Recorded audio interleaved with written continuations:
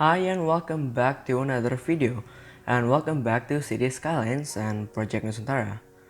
Of course, I'm Fernanda, and this is the second episode of Project Nusantara. First of all, this is gonna be a longer episode. I think it's like 34 minutes or something like that. We did do a lot of things highway related, but we didn't do a lot of things like city related. But at least we got to do something. I mean, at least I got to do something with the city, which is good. Anyway, highways in Indonesia is sometimes common. I mean, it's common in a few places. It's common in some places, and it's not really common in others. Like especially the remote islands, especially with like 17,000 island or something like that, and yeah, we haven't really pushed infrastructure yet until President Joko Widodo took office, which yeah, he did a lot of infrastructure projects, which brings highways to like almost well, not everywhere, but most of the populated areas. By the way, like I'm just saying that because it's a fact. But yeah. Anyway, I got a new microphone. I hope you can, I guess, tell that the audio quality is way better than the first episode. So yeah, got a new microphone. Everything is going well. Another thing that I want to talk about is, I guess, this upload schedule for this series. What I was planning for is to upload every Saturday, but Saturday is like Saturday in Western Indonesia time atau WIB or WIB. So yeah, Western Indonesia time. WIB it's waktu Indonesia Barat, but yeah, that means Western Indonesia time, which is actually I just found out that WIB is actually like one time ahead of the like the stuff that you use in the US, the time zone that you guys use in the US. I know that you have Eastern time and Pacific time, but yeah, I think we're one day ahead of you guys. So when I was saying Merry Christmas on Twitter, which just saying I will encourage you to follow me on Twitter and on my Instagram. They'll be at the end of the episode or in the link down below. There'll always be a thing. I will encourage you to follow me on both of that both on both of those platforms. Sorry. Yeah, because on Twitter I will tweet like updates on the videos and something like that. But yeah, getting back on the topic. Yeah, when I was saying Merry Christmas, no one else was saying Merry Christmas because although it was 25th of December for me, it was actually the 24th of December for like you guys in the US and most of the Western world. So yeah, I just found out about that. So the next day, which is for me the 26th of December, but for you guys in the US at least, it's actually the 26th. Oh no, 25th of December. Then I started seeing people tweeting about Christmas and everything. So yeah, I just found out about that. So anyway, talking like going back on the topic of my upload schedule for this series. I'll say that my target is to get at least one video a week, and that'll be on Saturday or Sundays.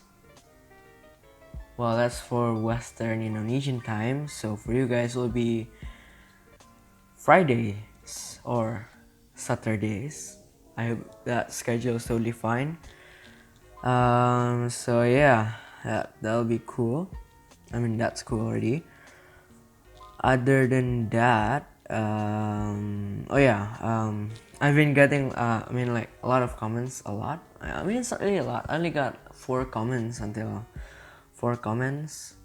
now, in which 3 of them were really positive, at least in my view. And one of them, which I'll actually bring up like right now, one of them is pretty questionable because I don't know if it's a positive or if it's a negative. But okay, let me like put it up on my computer. Okay, hold on. Let me see the comment on YouTube. Like yeah, that's like the second comment on the first episode. Okay, here it is. Okay, hold on. Okay, here it is. It's from this guy that I don't know if I should censor. Maybe I will. Maybe I will not. But it's a name that I cannot pronounce. And he or she, okay, at least this person said, "Do you have like a taste or whatnot? Funny that conflict is one of the words that you use to describe Indonesia." Okay, atheist is a pretty strong word, I guess. Me myself, I do practice my religion, and to have someone said, "Do you have like atheist or whatnot?" It's pretty weird, but yeah, I'm not an atheist. I practice my religion, and he also said it's funny that conflict is one of the first words that you use to describe Indonesia. Okay, I'll not get into politics, but sometimes things just get heated when a leader of this religion gets kind of angry or starts debating or arguing with another religion's leader. By leader, I mean like the head of a club or a big party or a big club. But I will not like go further into that or anything because I think it's kind of risky to talk about that. By the way, at least I'm gonna say this, I guess. But on my hometown, a debate almost happened, but then they cancel it. So good for us, I guess. Also, we're a Muslim majority country. Like, the second biggest is I think Christian. The second biggest is what do you call? I don't know how you call this religion in English. Let me just search it up.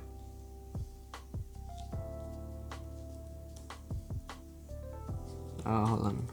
Okay, I know that the third largest is Catholics.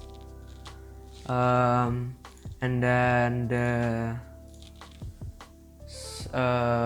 fourth largest is Hindu, and the fifth largest is I think Buddhism, or Buddhist, or yeah, that. And then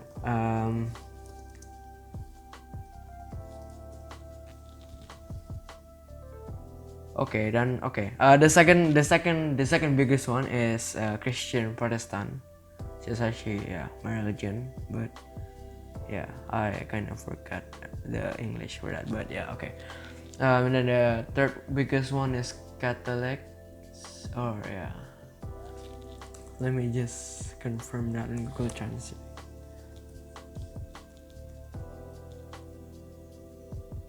Yep, Catholics. Okay, cool. And then the fourth largest one is Hindu, and then the fifth largest one is Buddha or Buddhist or Buddhism. Okay, it's Buddha. Okay, cool, Buddha. And then the last one, just the smallest, but it still exists. And this country does recognize the religion. It's Konghucu. I don't know what the. Okay, it's still Konghucu. Cool, Konghucu. if you want to know about those stuff, especially for Indonesia stuff, I can really recommend like Geography Now. The Geography Now episode of Indonesia, which is really cool. It does explain a lot of stuff in the politics, geography, and other side of other side of things as well. Okay, cool. By the way, into what I'm doing in the screen right now, I guess that's it. I mean, like, yeah, this is the main road for the city now, and that thing that I'm messing around with now, the road that's that little weird thing. There you go, that one. Is actually a U-turn kind of spot, I guess. Actually, it's really weird because in oh wait, no, never mind. Okay, yeah, the U-turn spot. It's actually it's not pretty common. It's very common, especially here in Surabaya. I don't know why it's very common, but it is very common. It's actually pretty convenient sometimes, but sometimes it's inconvenient. But anyway, they're there. You know, sometimes it takes seconds to just turn around, especially if you're not in rush hour. In rush hour, it can really like you can spend half an hour just waiting there to do a U-turn. But yeah, U-turns are everywhere. There'll be these guys on. Sometimes they're gonna, if they do care about safety, sometimes they'll wear a green vest for safety.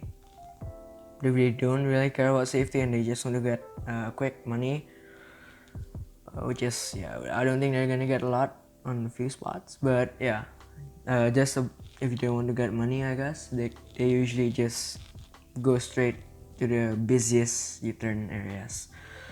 So yeah, they're called what do you call those guys again? Polisi cepat, I think. Polisi means police. Police. Yeah. Cepat means 100 or 500 rupiahs. At least like polisi cepat is like the what we call them here. What we, the local people in my hometown, call those guys. So I cannot really confirm that that's how all of us Indonesians call them, because Indonesia has lots of languages. I mean, we do have one uniting language, which is Bahasa Indonesia. But also we have tons and lots of other local languages, I guess. Yeah, which is cool. Okay, going back to the topic, I guess polisi cepat is basically police cepat. I don't know if cepat is 500 or 100, but it's one of those. You know, inflation in this country is pretty crazy. You cannot really buy anything with 500 rupiahs, let alone 100 rupiahs. So yes, but so basically the idea of polisi cepat is they'll help you cross the road, or they'll help you do a U-turn, and you'll give him a tip for 500 rupiah, which is not really much, but if there are lots of cars, then that can really add up. So yeah, quick rich, I guess. In a little bit I'll start putting down buildings, but for now I'm doing markings. So yeah, in a little bit I'm gonna talk more about buildings. But now that we're talking about markings and precisions, I mean decals. So basically, there's a mod in City Skylines called precisions, and I forgot to enable the mod. But basically, it's a mod that allows you to make a straight line, and that's why I kind of failed to do highway markings in this episode. But I'm gonna do it later, on a later state. But yeah. Basically now I'm just searching for like buildings that will, that might fit over here. So I'm just going through all of these buildings, but eventually I'll end up on a type of building that is actually very common, which is this one, very common in Indonesia. Those buildings are called rucos. ruko, yeah, called ruko. Basically, what a ruko is, it's basically a mixed, what do you call that? Mixed zone building. So it has like so basically it's a house, but it's also a store. So yeah, if you're an owner, if you have one of these, then you'll live on the second and third floor, and you'll have your store on the first floor. So that's kind of the idea. The idea is kind of like you can work and live on the same building. Just kind of cool, I guess. But since I cannot find any Indonesian, like I said before on the first episode, it's very hard to find Indonesian assets. Therefore, I'm using this one, which is not from Indonesia, but it looks close enough to those in Indonesia. This one's actually from Thailand, which is cool. By the way, guys, if you play City Skylines, are you interested in me like making a collection? Like a collection of containing the mods and assets that I use in this series? Because if yes, then I might be able to do it. So yeah, whether these ones are actually like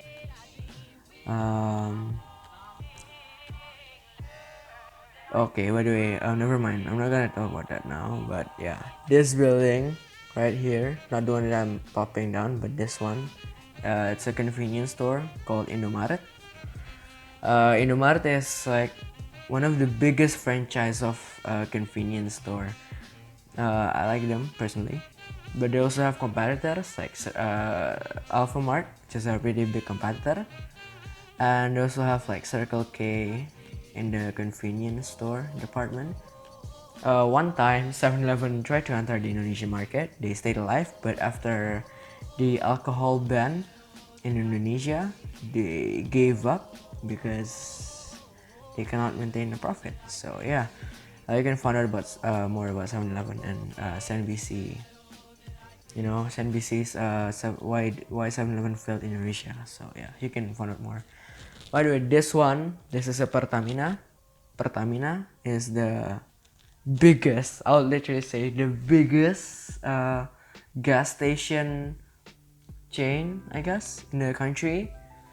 It is the biggest because it is owned by the government. It is a state-owned gas station, which is cool, I guess. But since it's owned by the government, it does have a priority, and it does have like a status of being a monopoly. Like I guess it's not really a monopoly because they do have competitors such as Shell and BP gas station, which is British petroleum gas station around the country. But yeah, not so long ago, Shell actually like closed a lot of their Shell locations. But then just a few months ago, they started opening their gas stations again, at least near my area. Okay, so yeah, I guess that I don't know if I'll say it's a monopoly, but yeah, especially in the price market, yeah, especially in the price sector, because since it's owned by the government, I guess they've come to be very cheap. It's not very cheap. They used to be cheaper back in the days, but now their prices have risen up a little bit over the past years. Not a little bit, like a little bit year by year, which makes it not a little bit, but it has risen. But they used to be pretty cheap. But compared to BP and Shell, their prices are actually cheaper, way cheaper than Shell and BP. So that's why BP gas station and Shell are not really popular. One of my friends told me that their parents try to wants to try and fill up on a BP gas station, but then when they saw the prices, then they they've pulled in, which means that they cannot really back up because then it's gonna be awkward. But yeah, you know, their parents never ended up filling up there because they only went to the toilet because that's a thing, and it's actually, I don't know if it's free, but most of the time, sometimes it's free and sometimes it's not free. By the way, the building that I just decorated and built, that's like a small industry kind of building. And what I mean by small industry is that it's a building that does produce some stuff, but it's not like a high level stuff. Or okay, actually, I don't know if you can hear, but my neighbor's baby is crying. I don't know why, but anyway, okay, talking about this stuff, the stuff that I'm plopping down right now. These are the commercial buildings that I bought with the University City DLC. I think it's what it's called. Basically, it's a content creator pack. Okay, I'm gonna look this up so that I will not so that I won't get anything wrong. Hold on a sec, my internet's pretty slow. Hold on, almost there. Where is my DLCs? Where is my DLCs? Oh, here it is. Okay, manage my 10 DLCs. Yeah, University City. Okay, I guess okay, I think it's by King Leno. Hold on. City Skylines. Oh, come on. By the way, sorry if I'm doing a lot of these kind of quiet sessions because I'm not really good at commentaries, but I'm trying to do my best in providing you weekly content and commentary, because no commentary, I'll consider that pretty boring. But yeah, everything's fine. By the way, I've been kind of sick lately. I know the doctor said I should take a rest, but I'm gonna do this instead, which is way more fun than taking rests. But yeah,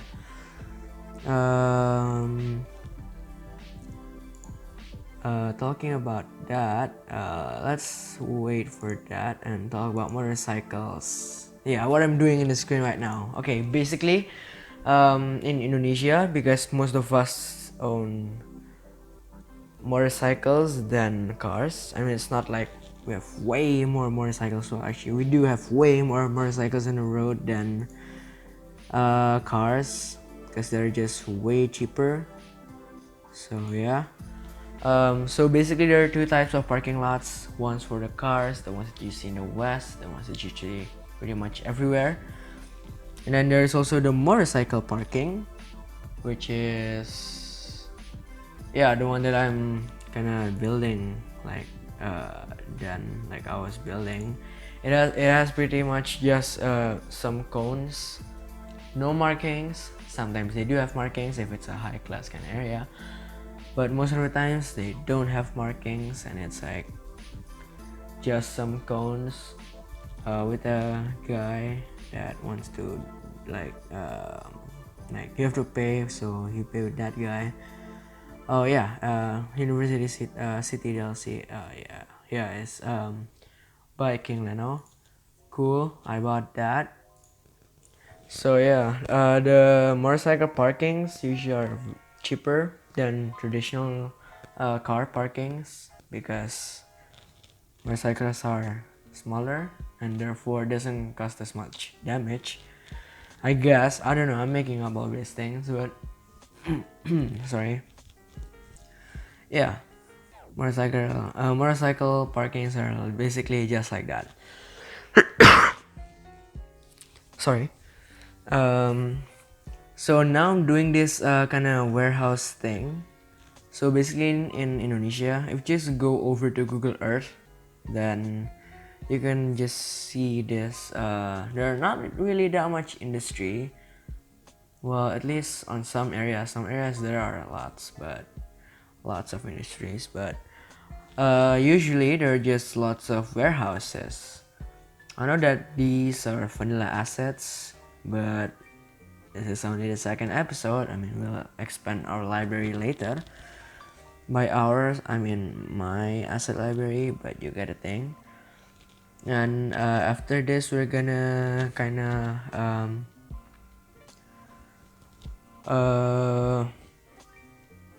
like detail with some decals, which is actually also vanilla.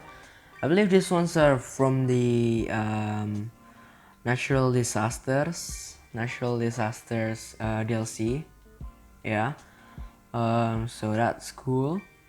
I think I'm also gonna add some trucks there, but I don't know. Okay, I think in this spot I'm gonna plop down.